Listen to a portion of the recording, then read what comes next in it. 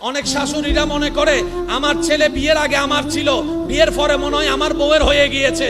না না না, ও শাশুড়ি মা, ও আমার মা, আপনি এই ভুলটা করে সমাজের মধ্যে পরিবারে আগুন লাগাইয়েন না। আপনার বউ আপনার ছেলে 10টা বিয়ে করুক, সন্তান তো আপনারই, সন্তান তো আপনারই, সন্তান তো আপনারই। আপনি কেন মনে করছেন আপনার ছেলের বউ আপনাকে ছেলেকে নিয়ে গিয়েছে? না, উনি ছেলেকে নেয় নাই, উনি উনার স্বামীকে নিয়ে গেছে। আর স্বামীকে নেওয়ার অধিকার বউয়ের আছে না নাই? জোরে বলেন, আছে না নাই? বউয়ের যদি স্বামী না পায় তো ঘরে এটাতে থাকে লাভ কি? আমি কি বুঝাতে পারছি? ইসলামে সবকিছুর সমাধান। জোরে বলেন, ইসলামে সবকিছুর সমাধান। ইসলাম একটা পুরুষকে বলে তুমি তোমার মা সেবা করো সন্তান হিসেবে, তুমি তোমার বউকে মহব্বত করো স্বামী হিসেবে, তুমি তোমার বোনকে সেফ দাও বড় ভাই হিসেবে।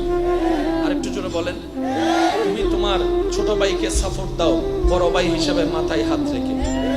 সবকিছু দায়িত্ব কি এক না আলাদা আলাদা?